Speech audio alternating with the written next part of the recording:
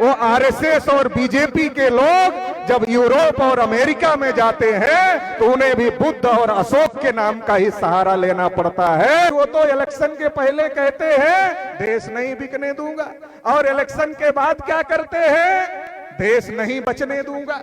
पहले कहते देश नहीं बिकने दूंगा और बाद में कहते हैं देश नहीं बचने दूंगा। क्योंकि नरेंद्र मोदी जी आरएसएस से निकल कर आए हैं, तो आरएसएस के लोगों का दबाव है। साथियों, हम लोग किसान के बच्चे हैं, मजदूर के बच्चे हैं, और खेती किसानी में बहुत ज्यादा काम हम लोग करते रहते हैं। तो ये बारिश और धूप का हमारे ऊपर कोई असर नहीं पड़ता है। और जिस तरीके से आप लोग मैदान में डटे हुए हैं, तो आपका हौसला और आपका जज्बा इस बात को साबित कर रहा है कि नागपुर से जो चंद लोग बुद्धिस्टों की भूमि पर देश भर में कब्जा करे हुए हैं या करना चाहते हैं, उनको मुंहतोड़ जवाब देने के लिए हम लोग तैयार हैं। साथियों, ये जो भारत देश है, ये बुद्ध और अशोक का देश है। पूरी दुनिया में अगर आप कहीं जाओगे तो ये देश बुद्ध और अशोक के नाम से जाना और पहचाना जाता है। जो लोग आज यहां बुद्ध की विरासत को दबाने का काम कर रहे हैं, वो आरएसएस और बीजेपी के लोग जब यूरोप और अमेरिका में जाते हैं तो उन्हें भी बुद्ध और अशोक के नाम का ही सहारा लेना पड़ता है। जिनकी रात दिन वो एक अगाथा गाते हैं, उनके नाम से काम नहीं चलता है। लेकिन एक ऐसे दोगले चरित्र के लोग हैं, विदेश में जाते हैं तो अपनी इज्जत बढ़ाने के लिए, अपना मान सम्मान बढ़ाने के लिए बुद्ध और अशोक का नाम लेते हैं, और भारत के अंदर जब रहते हैं तो इस महान विरासत को दबाने का काम करते हैं, और इस महान विरासत के जो वारिस हैं उनको दबाने का काम करते हैं, उनके ऊपर अन्याय और अत्याचार करने का काम करते हैं। साथियों, आज आप लोगों ने ये साबित कर दिया है कि अब ना तो हम लोग दबने वाले हैं, ना ही हम लोग रुकने वाले हैं। अब हम लोग अपना हक अधिकार लेकर के ही रहेंगे। जो बुद्ध और अशोक की विरासत है, उसे अब कोई उस पर कब्जा नहीं कर सकता है। जो हमारी विरासत है उसे हम लेकर रहेंगे। साथियों, हमें इस बात को समझना पड़ेगा, हमें इस बात को जानना पड़ेगा। चूंकि मैं राष्ट्रीय पिछड़ा वर्ग मोर्चा का राष्ट्रीय अध्यक्ष हूं, और आपकी जानकारी के लिए बताना चाहता हूं कि जो राष्ट्रीय पिछड़ा वर्ग मोर्चा है, ये पिछड़ा वर्ग मतलब ओबीसी, और ओबीसी का राष्ट्रीय स्तर का संगठन है। ये ओबीसी का राष्ट्रीय स्तर का संगठन है। तो तमाम साथियों को जानकारी अगर नहीं होगी तो मैं ये भी कहना चाहता हूं, ये जो बुद्ध और अशोक की विरासत है, ये ओबीसी की भी विरासत है। केवल शेड्यूल कास्ट की विरासत नहीं है, ये ओबीसी की भी विरासत है। तमाम दूसरे धर्मों में जो लोग चले गए, अलग अलग माइनॉरिटीज के लोग, ये उनकी भी विरासत है। और अगर एक लाइन में ये कहा जाए तो ये जो इस देश के असल बासिंदे हैं, जो इस देश के असल मूल निवासी हैं, जिसने इस देश को बनाने का काम किया, जिसने इस देश को सृजित करने का काम किया, जो सिंधु घाटी सभ्यता को बनाने वाले लोग हैं, ये उनकी विरासत है। ये गौरवशाली विरासत हमारी विरासत है। इसलिए मैं आपसे कहने आया हूं कि अब ये लड़ाई अलग अलग रह के नहीं लड़ी जाएगी।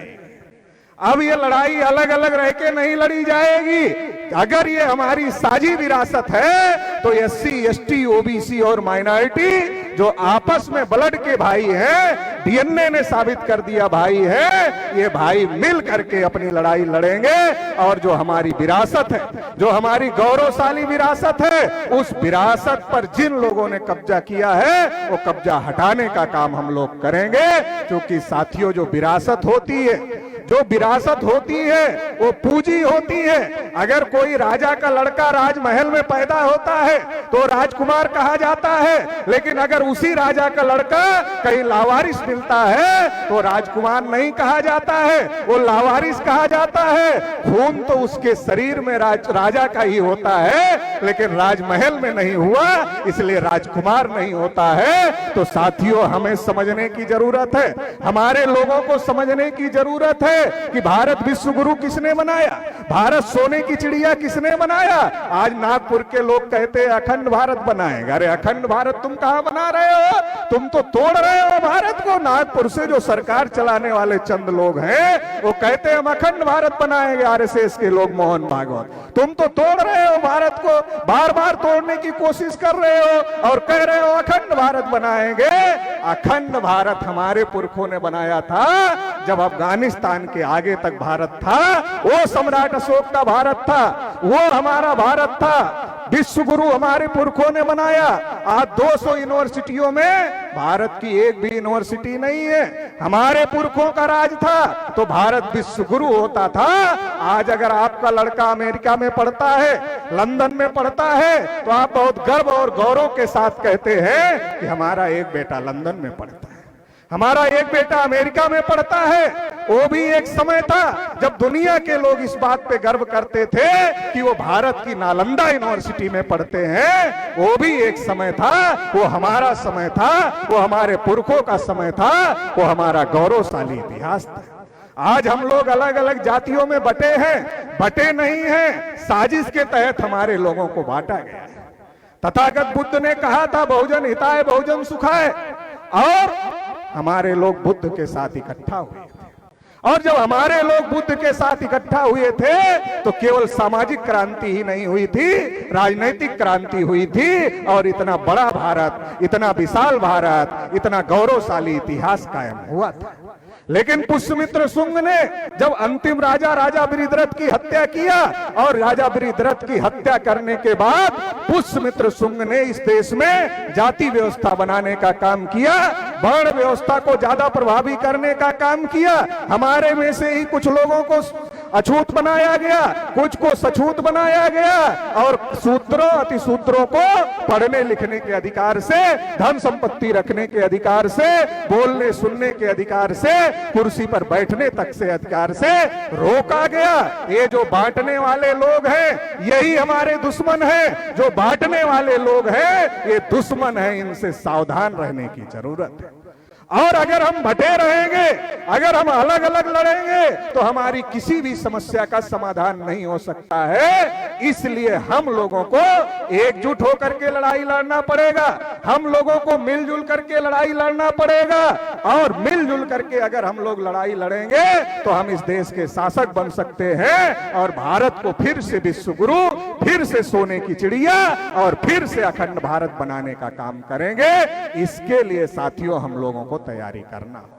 आज बहुत खुशी की बात है कि बुद्धिस्ट इंटरनेशनल नेटवर्क का 5वां राष्ट्रीय सम्मेलन हो रहा है, और आप लोग बहुत बड़ी संख्या में इसमें शामिल हुए हैं। ये कारवां जिस गति से बढ़ रहा है, ये कारवां जितना तेजी से बढ़ रहा है, आने वाले समय में निश्चित रूप से भारत को हम लोग विश्व गुरु बनाएंगे, सोने की चिड़िया बनाएंगे। जो कहते हैं विश्व गुरु बनाएंगे वो बनाने वाले नहीं है, जो कह रहे हैं बनाएंगे वो बनाने वाले नहीं है, क्योंकि वो तो इलेक्शन के पहले कहते हैं देश नहीं बिकने दूंगा, और इलेक्शन के बाद क्या करते हैं, देश नहीं बचने दूंगा। पहले कहते देश नहीं बिकने दूंगा, और बाद में कहते हैं देश नहीं बचने दूंगा। अडानी अंबानी के ऊपर ही सारी मेहरबानी चल रही है, एक एक चीज अडानी और अंबानी को दिया जा रहा है। नरेंद्र मोदी जी ओबीसी हैं, देश के प्रधानमंत्री हैं, और नरेंद्र मोदी जी ओबीसी देश के प्रधानमंत्री हैं। एक ओबीसी देश के प्रधानमंत्री हो करके, और वो खुद अपने को ओबीसी कहते हैं, प्रधानमंत्री हो करके ओबीसी की गिनती नहीं हो रही।